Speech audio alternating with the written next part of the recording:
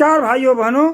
हल्दी की उन्नत खेती सामान्यतः सभी प्रकार की भूमि में की जा सकती है। उचित जल निकास वाली दोमट या चिकनी मिट्टी जिसमें जीवांश की मात्रा अच्छी हो की जा सकती है। अच्छी पैदावार के लिए भूमि की पीएच मान 5 से 7.5 के बीच होना चाहिए। इसकी खेती बाग बगीचों में अंतर्वर्तीय फसल के रूप में भी किया जा सकता है।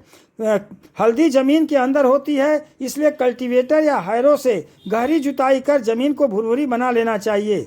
हल्दी की कई उन्नत प्रजातियां विकसित की गई हैं जो हर प्रदेश स्तर पर वहां की जलवायु को देखते हुए चिन्हित की गई हैं। बीज की मात्रा प्रकंदों के आकार व बोने की विधि पर निर्भर करता है। 20-25 कुंतल प्रति हेक्टेयर प्रकंद की जरूरत होती है।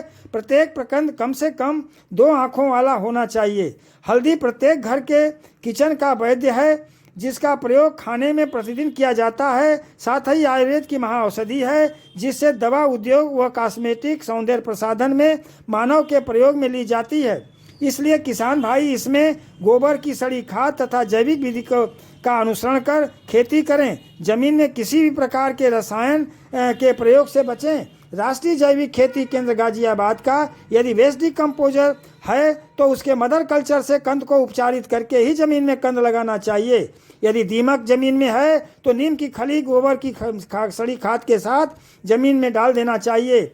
हल्दी की बुआई 15 अप्रैल से 15 जुलाई तक की जा सकती है। जहां पानी के रुकने की समस्या हो तो मेड़ बनाकर उस पर लगाना चाहिए। आवश्यकता अनुसार निराई गुड़ाई भी करते रहना चाहिए। किसान भाइयों की जैविक अनुसंधानों का पता नहीं होने से रसायन के प्रयोग से कास्ट ऑफ कल्टीवेशन अधिक पड़ जाता है। बचत के लिए जैविक विधि अपनाने से भूमि के अंदर मृत सूक्ष्म जीवों की वृद्धि होती है और बहुत सी होने वाली बीमारियों से लड़ने की क्षमता मिट्टी में पैदा हो जाती है। देश के असंख्य किसान एनसीओएफ के तकनीक का प्रयोग कर अच्छा उत्पादन करने लगे हैं। प्रति हेक्टेयर 500 से 600 कुंतल प्रकंद प्राप्त किए जा सकते हैं, जिससे 15-20% सूखी हल्दी प्राप्त की जा सकती है। खुदाई के बाद गांठों को मिट्टी झाड़कर या टैंक में पानी भरकर अच्छी प्रकार धुलाई करते हैं। अंत में साफ पानी से धोकर प्रकंदों को फर्श पर फैलाकर सुखा लेते हैं।